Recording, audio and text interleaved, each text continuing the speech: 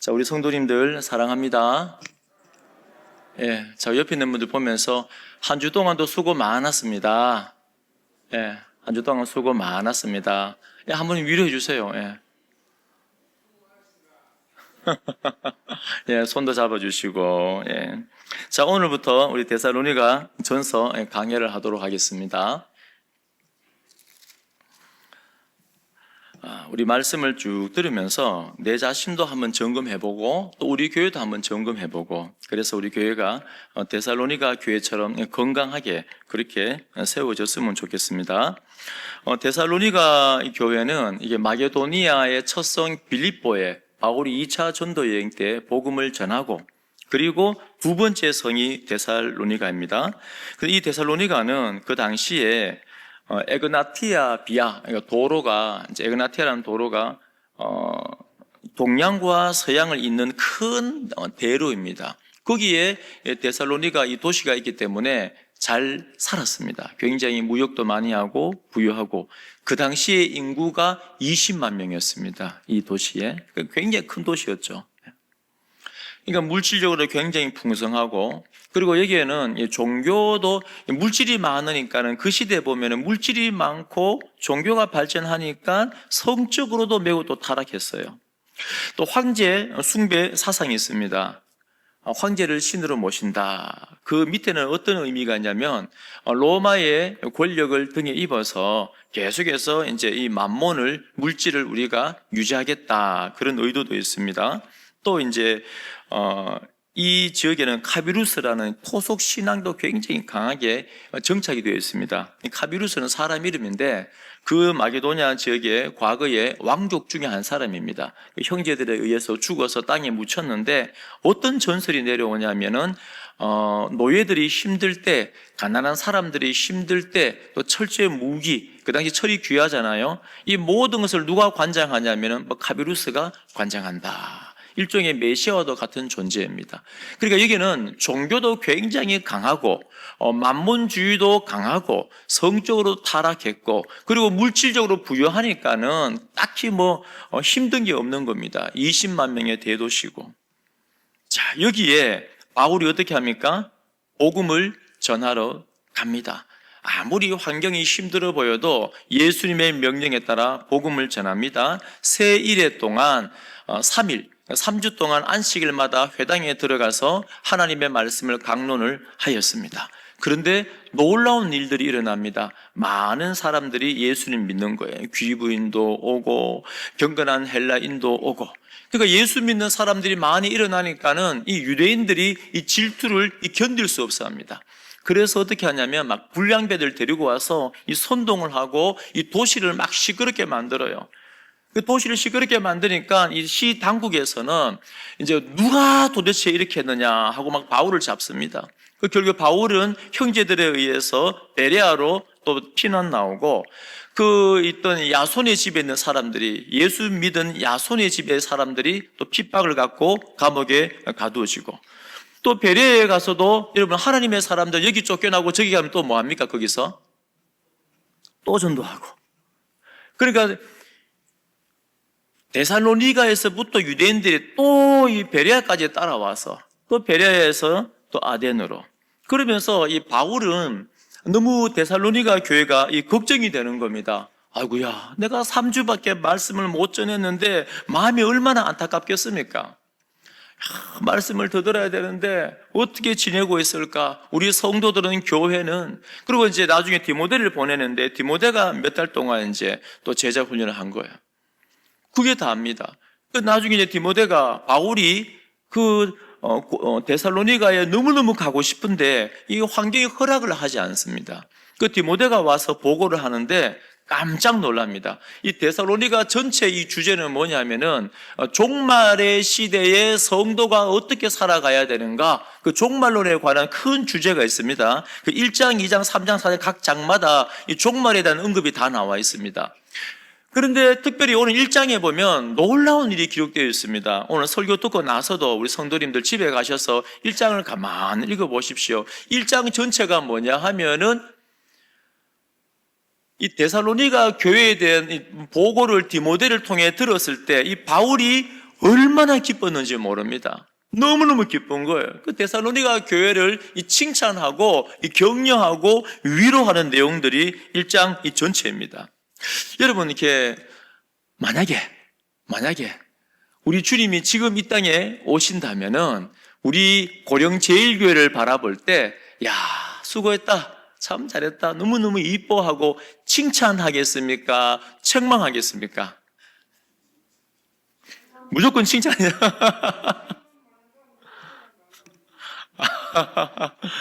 예, 우리가 책망받을 수도 있고 칭찬받을 수도 있고, 그렇지만은 또 우리 모든 성도님들이 우리 고령제일교회는 하나님 앞에 칭찬받는 교회 되시기를 축원드립니다.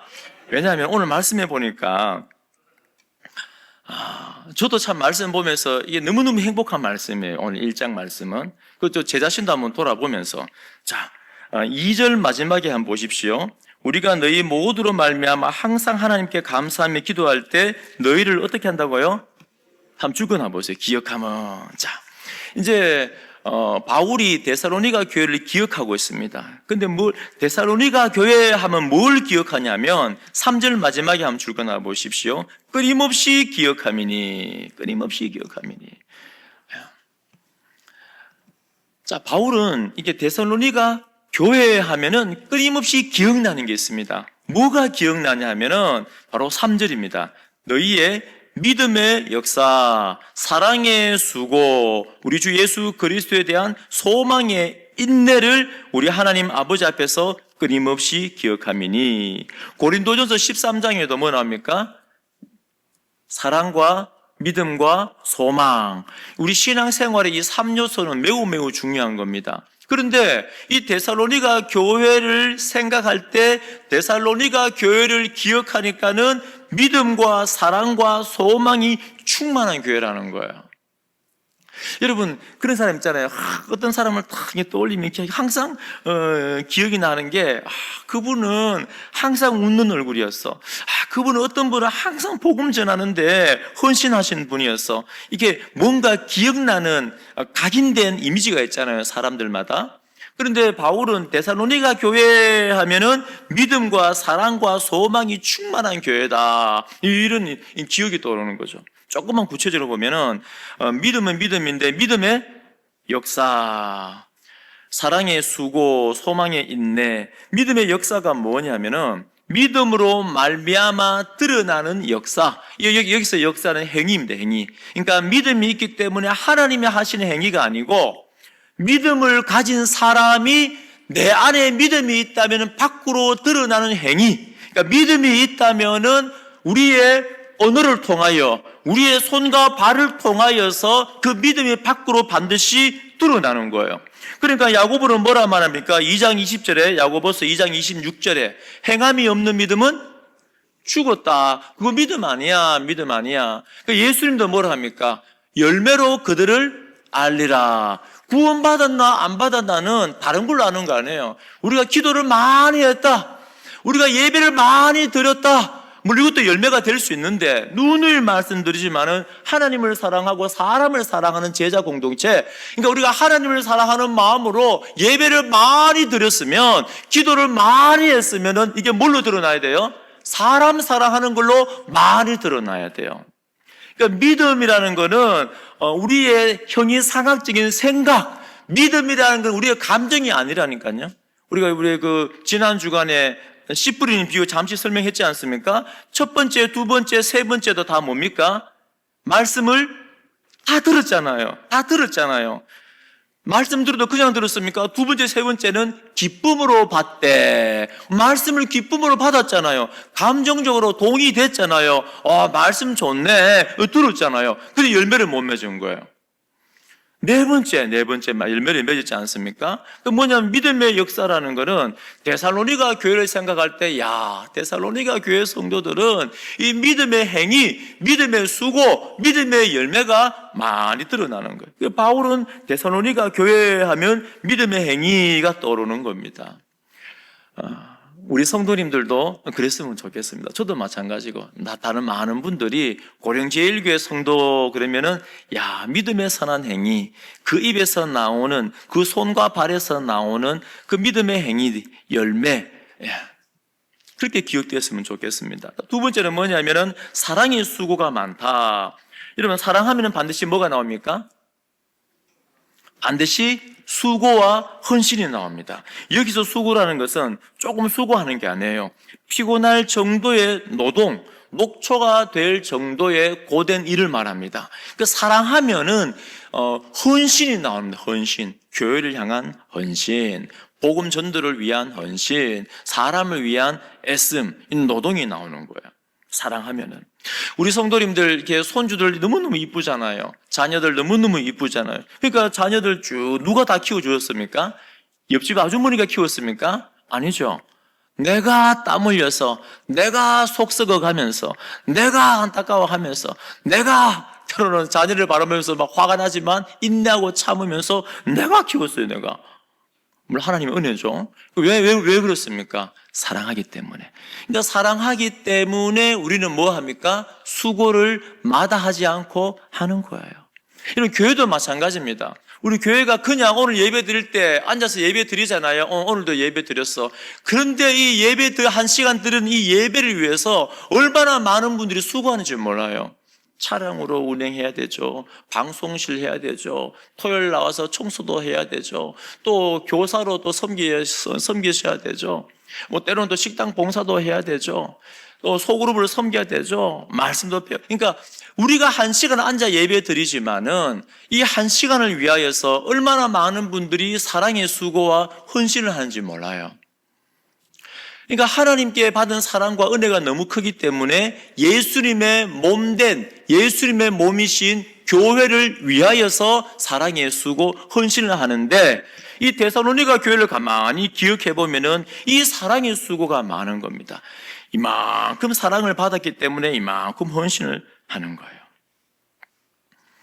또 세 번째는 소망의 인내. 이 소망의 인내라는 게 이제 전체 이 주제하고도 같은데 현대인들이 많은 사람들이 포기를 자주 해요. 포기를. 젊은 청년들도 학생들도 뭐 좀 하다 안 되면 내 마음에 안 들면 포기를 자주 합니다. 때로는 우리 인생도 포기하시는 분들이 많아요. OECD 국가에서 우리나라가 아직까지 1위잖아요. 그런데 포기하지 않고 인내하며 끝까지 소망을 가지는 사람이 누구냐 하면은 그리스도인입니다. 왜냐하면 이 당시에 데살로니가 교회 사람들은 참 유대인들이 핍박하지요. 데살로니가 시 당국에서 핍박하지요. 너무너무 힘든 거예요. 또 복음을 전하면은 이 토착 종교를 믿는 이웃들이 핍박하죠. 그런데 그 힘들고 어려운 가운데서도 끝까지 소망을 가지고 인내할 수 있는 이유가 뭐냐 하면 우리가 끝까지 인내할 수 있는 이유가 잠시 후면 누가 오십니까? 예수 그리스도께서 재림하시기 때문에 그분이 오시면은 우리의 모든 눈물을, 아픔을, 상처를 닦아 주시기 때문에 그 우리의 영원한 소망이 계시기 때문에 그리스도인들은 아무리 힘들고 답답한 일이 있어도 우리는 이겨내고 인내하는 줄로 믿으시기 바랍니다. 그 데살로니가 교회가 이렇게 힘든 환경 가운데서 그냥 버티는 게 아니고 도리어 어떻게 하냐면은 열심히 복음을 전하는 거야. 이런 열매들이 나타나는 겁니다. 그러니까 바울은 얼마나 칭찬을 많이 하는지 4절에 보면은 하나님의 사랑하심을 받은 형제들아, 여러분들은 하나님의 사랑하심을 받았습니다. 너희를 택하심을 아노라. 아멘. 그러니까 바울은 확실한 겁니다. 뭘 한 거예요? 하나님께서 여러분들의 그 열매를 보니 여러분은 하나님이 택하신 백성, 구원받은 백성이 확실합니다. 내가 압니다. 그 말이에요. 얼마나 감사합니까? 그리고 참 더 감사한 건요, 얼마나 이게 데살로니가 교회가 멋진 교회인지 꼭 우리 교회가 이렇게 됐으면 좋겠습니다. 6절 마지막에 보면 우리와 주를 어떻게 했다고요? 본받은 자가 되었다. 자, 바울은 예수님을 본받는 사람이 되었어요. 그러니까 예수님도 핍박을 많이 당했지만은 말씀을 열심히 가르치고 전했고 바울도 예수님을 쫓았고 그런데 데살로니가 교회도 누구를 본받아요? 예수님과 바울을 본받아서 그 환난과 어려움 가운데 또 복음을 전하고 또 복음을 전하고 이 놀라운 일들이 일어나는 겁니다. 여러분 신앙생활 할 때 우리가 열심히 신앙생활 하면은 마지막에 누가 나와야 돼요? 우리가 아무 생각 없이 신앙생활 하면 안 되잖아요. 우리가 열심히 신앙생활 하면은 마지막에 누가 나와야 됩니까? 바로 예수님을 본받는 사람, 예수님의 제자가 되셔야 돼요. 열심히 신앙생활을 했는데 세상을 본받고 다른 모양을 닮아가면 이 불량품이 되는 거예요. 우리는 예수님을 닮은 예수님의 제자가 되어야 됩니다. 그 데살로니가 교회를 가만히 바울이 생각해 보면은 열심히 예수님을 쫓아가고 본을 본받으려고 하고 바울의 본을 받으려고 해요. 자, 그러니까 어떤 일이 일어났는가? 자, 7절 다 함께 읽겠습니다. 시작.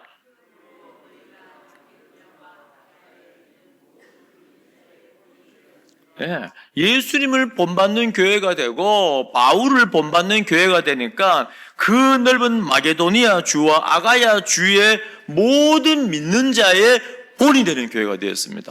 멋지지 않아요? 여러분 너무 참 기적 아닙니까? 어떻게 신생교회가 생긴 지만 몇백 년 된 교회도 아니고 이제 3주 말씀을 전하였고 그리고 몇 달 동안 디모데가 제자 훈련을 한 것이 다인데 이렇게 온 세상의 본이 되는 모범이 되는 교회가 된 거예요. 8절 보면 더 놀랍습니다. 이제는 마게도냐와 아가야를 넘어서 하나님을 향하여 너희 믿음의 소문이 각처에 퍼졌으므로 우리는 아무 말도 할 것이 없노라. 최고의 극찬 아닙니까? 이 마게도냐와 아가야를 넘어서 온 세상에 데살로니가 교회, 여러분의 교회가 믿는 자의 본이 되었습니다. 나는 더 이상 할 말이 없습니다. 와, 최고의 극찬 아닌가요? 멋진 교회잖아요. 우리 고령제일교회가 꼭 이런 교회가 되시기를 축원드립니다. 믿으십시오. 자, 이렇게 놀라운 교회가 되었습니다. 그리고 9절부터 10절까지는 어떻게 본이 되었는가 구체적인 내용입니다. 9절은 어떻게 바울이 복음을 들고 고난 가운데 들어왔는가, 그리고 어떻게 토착 종교를 황제 우상을 버리고 하나님께 돌아왔는가, 어떻게 우리가 부활하시는 예수 그리스도를 바라보는가, 그 내용들입니다. 내용들. 자, 그러면 오늘의 이제 핵심입니다. 결론입니다. 어떻게 이 신생교회가 생긴 지 얼마 안 된 3주밖에 말씀을 안 들었고 몇 달밖에 말씀의 양육을 받지 않는 교회가 이렇게 모범이 되고 믿음과 사랑과 소망의 열매가 맺히는 교회가 되었는가? 이게 가능한가? 어떻게 이런 일이 일어났는가? 요거 말씀하고 드리고 마치겠습니다. 두 가지 이유가 있습니다. 두 가지. 첫 번째, 5절 옆에다 적어 놓으십시오. 1번 첫 번째 이유.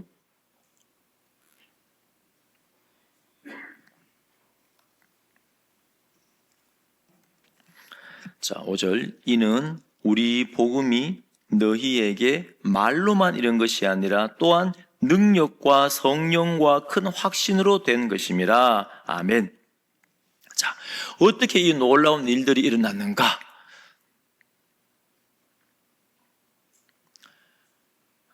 하나님의 말씀이 선포가 되어질 때 능력과 성령과 큰 확신으로 되었다. 이게 무슨 말이냐면은 바로 하나님의 말씀이 선포되어질 때 왜 이렇게 놀라운 역사가 나타났냐면은 하나님의 말씀 자체에 능력이 있기 때문에 그 말입니다. 그러니까 하나님의 말씀은 그 말씀 자체에 뭐가 있습니까? 능력과 성령이 함께 하십니다. 여러분, 사람의 말하고는 달라요. 여러분, 우주 만물을 창조할 때 뭘로 하나님께서 말씀을 세상을 창조했습니까? 하나님의 말씀으로 빛이 있으라, 물이 있으라, 나누어져라. 그러니까 하나님의 이 말씀에는 능력이 있습니다. 그래서 그 말씀이 그대로 성취가 되는 거예요. 그 데살로니가 교회를 변화시키는 것은 다른 게 아니라 말씀 자체의 능력입니다. 우리 모든 성도님들, 말씀으로 우주 만물을 만드셨고, 말씀으로 내 영혼을, 내 육체를 만드셨고, 지금도 하나님의 말씀으로 온 세상을 섭리하고 통치하고 다스리고 계시고, 주님이 오실 때에도 심판의 기준이 뭐겠습니까? 하나님의 말씀이시고, 그 말씀이 육신이 되어서 이 땅에 오신 분이 예수 그리스도이십니다. 그러니까 말씀의 능력을, 말씀 자체의 그 능력을 다 믿으시기를 축원드립니다. 우리가 하나님의 말씀을 받을 때는 말씀의 능력을 믿으셔야 돼요. 우리는 교양을 들으러 온 거 아닙니다. 교양을 채우려고 오는 게 아니에요. 좋은 교훈적인 말을 들으려고 오는 게 아닙니다. 하나님의 말씀이에요. 그 말씀 자체가. 그래서 때로는 강팍한 우리 마음이 하나님의 말씀의 능력이 있기 때문에 우리의 강팍한 심령을 깨뜨려서 내 양심을 꿰뚫어서 깊이 들어오잖아요. 찔러 쪼개어서 말씀 앞에 내 자신을 드러내고 각성하고 회개하게 만들고 사람을 변화시키는 그 능력이 있지 않습니까? 시편 19편 7절에 여호와의 율법은 완전하여 영혼을 소성시키고 죽은 영혼을 살리는 게 하나님의 말씀이라는 거예요. 여호와의 증거는 확실하여 우둔한 자를 지혜롭게 한답니다. 그래서 마태복음 24장 35절에 천지는 없어지겠지만 이 피조 세계가 없어질지언정 내 말은 1.1핵이라도 반드시 이루겠다. 안 없어진다는 거예요. 이게 말씀의 능력입니다. 여러분 성도님들, 하나님의 말씀 자체 이 고유 능력을 다 믿으시기를 축원드립니다. 그때 말씀의 능력이 나타나요. 자, 두 번째는 그 말씀의 능력이 나타나는데 하나 목사님 참 이상하네요. 말씀의 능력이 있는데 그 말씀의 능력이 어떤 사람에게는 나타나고 데살로니가 교회 성도들에게 나타나고 왜 다른 교회에 나타나지 않습니까? 말씀 자체의 능력이 있는데 어떤 사람에게는 드러나고 어떤 사람에게는 드러나지 않고 왜 그렇습니까? 자, 6절 옆에다가 2번 두 번째 이유입니다. 데살로니가 교회가 이렇게 짧은 시간에 부흥한 이유. 자, 6절 다 함께 읽겠습니다. 시작.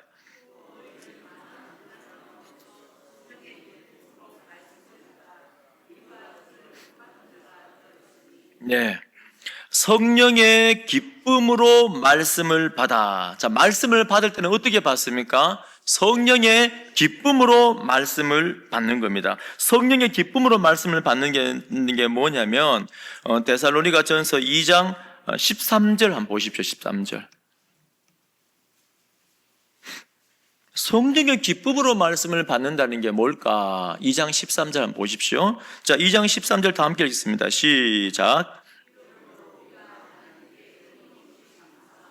너희가 우리에게 들은 바 하나님의 말씀을 받을 때 사람의 말로 받지 아니하고 하나님의 말씀으로 받음이니 진실로 그러하도다. 이 말씀이 또한 너희 믿는 자 가운데 역사하느니라. 아멘. 자, 믿는 자 가운데 말씀이 역사하여서 사람을 변화시키고 사람의 영혼을 성장시키고 제자로 만들게 하고 교회를 거룩하게 하고 힘있는 군사가 되게, 그렇게 말씀이 역사하는 걸 어떻게 역사한다고요? 말씀을 받을 때 사람의 말로 받지 않고 하나님의 말씀으로 받는다.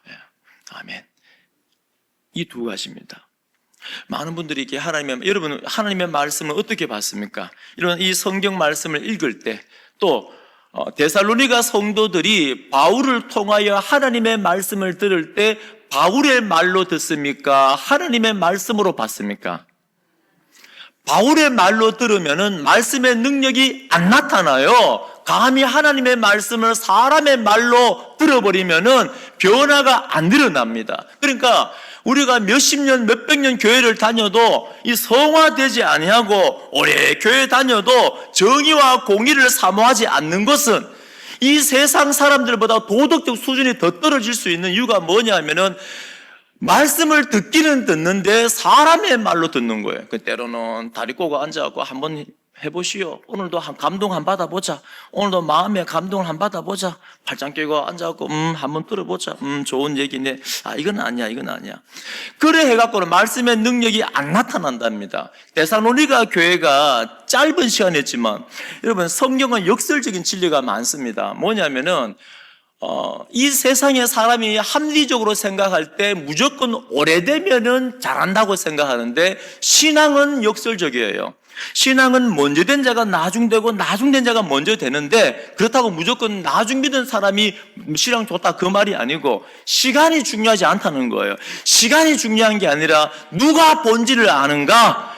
오늘 교회 처음 나왔어도 말씀을 하나님의 말씀으로, 우주 만물을 창조하신 능력의 말씀으로 받을 때는 그 말씀의 능력이 나타난다니까요. 그러니까 처음 교회에 오는데 눈물을 뚝뚝 흘리는 사람이 있고, 처음 교회에 오는데 방언을 하는 사람이 있어요. 언어 방언을 하는 사람이 있어요. 놀라운 일이 아닙니까? 그거는 하나님의 말씀의 능력인데, 하나님의 말씀으로 받을 때 그 능력이 나타나는 거예요. 그러니까 바울이 데살로니가 교회를 바라볼 때 놀라운 이 일들이 일어나는 것은, 야, 너희가 성령의 기쁨으로 말씀을 받았어. 사람의 말로 받지 않고 성령으로, 하나님의 말씀으로 받았어. 그래서 어떻게 합니까? 13절 마지막에 너희 믿는 자 가운데 말씀이 어떻게 해요? 역사하느니라. 아멘. 여기서 두 가지만 또 기억하면은, 6절에 보시면은 우리가 성령의 기쁨으로 하나님의 말씀으로 말씀을 받는데, 너희 한번 적어놔 보십시오. 너희는 많은 환난 가운데서 한번 적어놔 보십시오. 이제 하나님의 말씀으로 받는다는 게 뭐냐면, 데살로니가 성도님들이 이 많은 환난이 있는데 이 많은 환난과 고통 가운데서 하나님의 말씀을 받는 거예요. 여러분, 제가 이게 우리 성도님들하고 상담하거나 대화하다 보면 이런 분들 많아요. 목사님, 내가 요즘 너무 힘들어서, 너무 분주해서 정신이 없어서, 정신이 돌아오면 열심히 하겠습니다. 이 분주한 게, 이 환난과 어려움이 좀 사그라들면 제가 말씀을 배우겠습니다. 내 마음이 준비가 되면 그렇게 내가 또 예배를 열심히 드리겠습니다. 10년, 20년, 30년. 여러분, 하나님의 말씀을 우리가 성령의 큰 기쁨으로 받고 들을 때는 언제냐 하면은, 우리가 참 분주할 때, 많은 환난 가운데서, 그 환난 가운데서, 그 어려움 가운데서 하나님의 말씀을 우리는 듣는 거예요. 그래서 그 모든 어려움들을 걷더니 이겨내는 겁니다. 그래서 여러분들, 하나님의 말씀은 우리의 모든 환경을 뛰어넘어요. 그래서 그 말씀을 통하여 모든 환경을 뛰어넘는 그 믿음의 역사가 드러나는 겁니다. 또 한 가지는 뭐냐면은, 여러분, 바울이 데살로니가 교회 성도들이 하나님의 말씀으로 받았다는 것은 뭐냐면은, 바울의 그 권위를 인정하는 거예요. 여러분도 마찬가지입니다. 혼자 집에서 묵상할 때도 이 성경은 사람이 쓴 것이 아니라 성령의 감동으로 하나님의 말씀인 것인 줄 믿으시기 바랍니다. 그 믿음으로 읽으셔야 돼요. 하나님의 말씀을 받아야 됩니다. 또 이 예배 시간에 이 강진욱이라는 사람을 통해 말씀이 선포되어지지만은 하나님의 말씀으로 받으셔야 돼요. 왜냐하면 제가 완전하기 때문에 전혀 그렇지 않습니다. 하나님께서 고령제일교회 누가 세우셨습니까? 하나님이. 이 예배를 누가 만드셨습니까? 하나님이. 정말 믿습니까? 그렇다면 이 예배 시간에 강단에 서 있는, 하나님이 허락하는 강단에 서 있는 목회자를 통하여서 살아있는 하나님의 말씀이 선포가 되어지는 겁니다. 그걸 믿으셔야 돼요. 그때 능력이 나타나는 거예요. 자, 언제 능력이 나타난다고요? 첫 번째는 말씀 자체의 능력이 있음을, 우주 만물을 창조하시고 세상을 경영하시는 말씀 자체의 능력이 있음을 믿으셔야 되고, 두 번째는 말씀을 사람의 말이 아니라 바울의 말을 하나님의 말씀으로 받을 때 믿음이 역사한 것처럼 우리 모든 성도님들도 하나님의 말씀으로 받아서 이 말세의 마지막 시대 때 이왕 한번 사는데 영광스러운 교회, 영광스러운 성도로 살아가시기를 축원드립니다.